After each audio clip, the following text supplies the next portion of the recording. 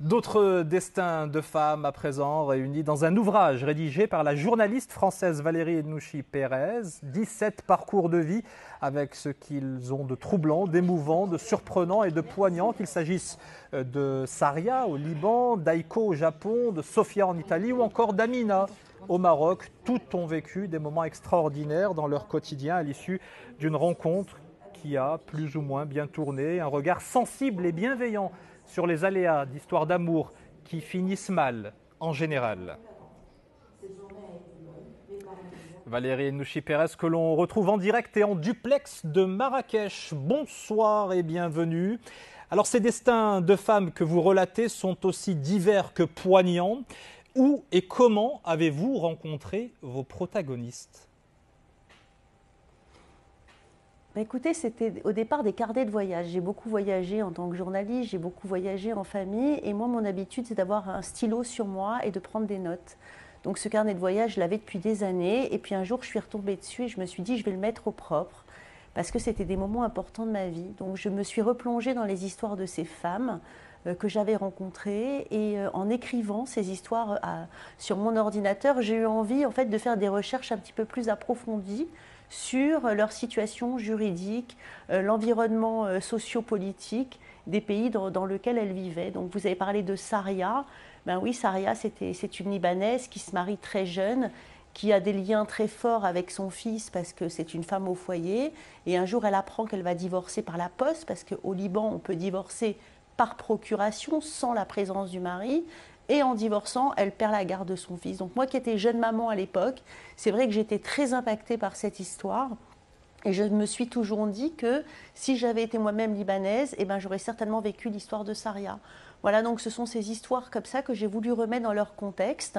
Et en tant que femme, on ne peut pas se détacher de ces destins-là parce que quelque part, il y a des choses qui nous touchent profondément. Effectivement, 17 histoires, il y a à la fois des drames, des déceptions, quelques notes d'espoir.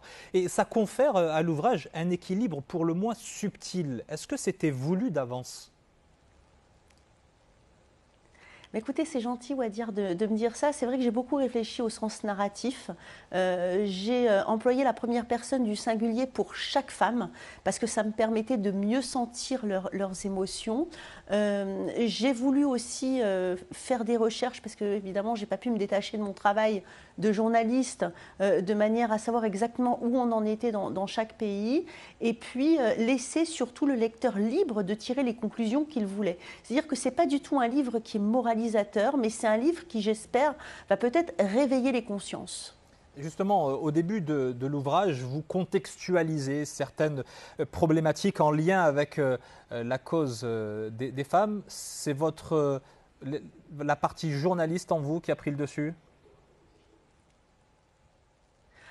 Écoutez, qui a pris le dessus, sans doute. Une chose est sûre, c'est que j'avais envie justement de conceptualiser les choses parce qu'on les oublie.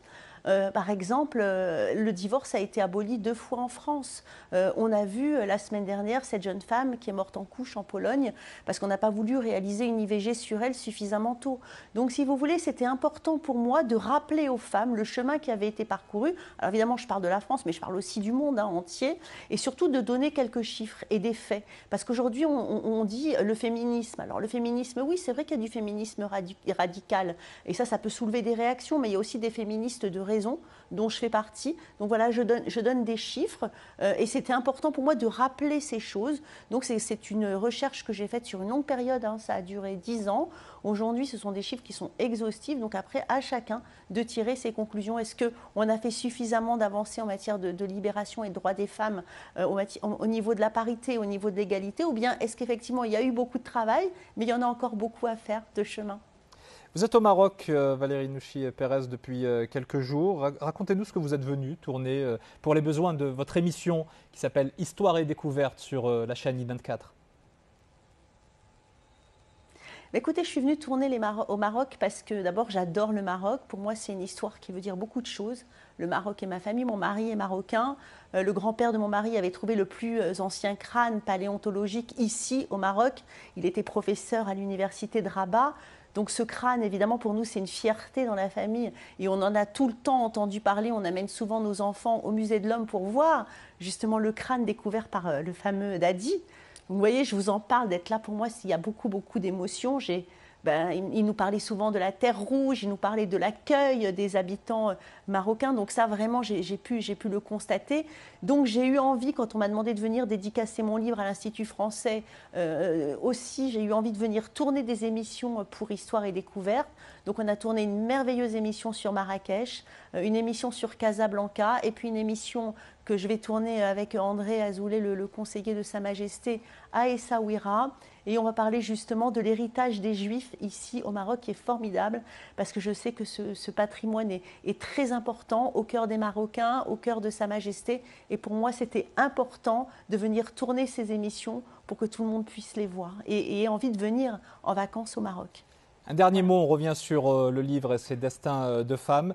Il y a 17 parcours, je le disais, dont une Marocaine. Elle s'appelle Amina, elle habite à Sidi Moumen. Et son parcours, justement, son histoire vous a particulièrement touché. On le sent dans la manière dont vous le racontez.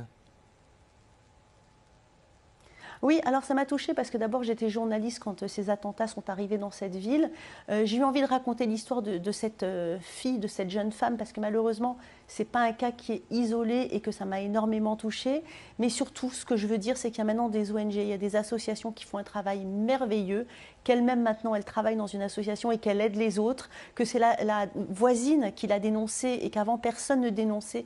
Donc il y a beaucoup, beaucoup de chemin qui a été parcouru ici. Les femmes marocaines sont profondément libres et profondément courageuses.